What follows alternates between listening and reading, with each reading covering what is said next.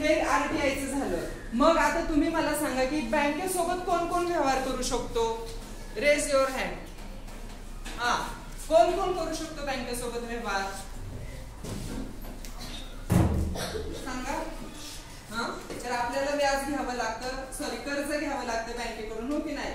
Loan घ्यावं लागतं. मग ते व्यापारी काय करतात? लोन घेतात आणि त्यांचा व्यापार सुरू करतात. अजून कोण करू शकतो बँकेसोबत? 12वी पर्यंत शिक्षण घेतलं आणि पुढचं शिक्षण घ्यायचं असेल, परंतु जर आपल्याकडे पैशांची कमी असेल तर आपण एज्युकेशन लोन घेऊ शकतो की नाही बँकेकडून? तसं विद्यार्थी सुद्धा काय करतात? बँकेसोबत व्यवहार करतात. तसंच तुम्हाला खात्याचे प्रकार माहिती आहेत का की बँकेत कोणते कोणते खाते उघडले जातात? हा, तुम्ही कधी घरी मम्मीचं आईचं पासबुक बघितलंय का? वडिलांचं बघितलंय का? त्याच्यावरती खात्याचा प्रकार असतो. करायचं असेल तर जाऊन डायरेक्टली पैसे भरतो का? त्यासाठी काय करावं लागतं? आपल्याला फॉर्म भरावा लागतो, हो की नाही? तर हा अकाउंट ओपनिंगचा फॉर्म आहे जो की मी तुम्हाला दाखवण्यासाठी बँक ऑफ महाराष्ट्रचा आणलेला आहे. आणि या बँक ऑफ महाराष्ट्र मध्ये आपण काय करू शकतो? अकाउंट ओपन करण्यासाठी आपल्याला असा फॉर्म भरावा लागतो. याच्यामध्ये जी माहिती दिलेली आहे ती आपल्याला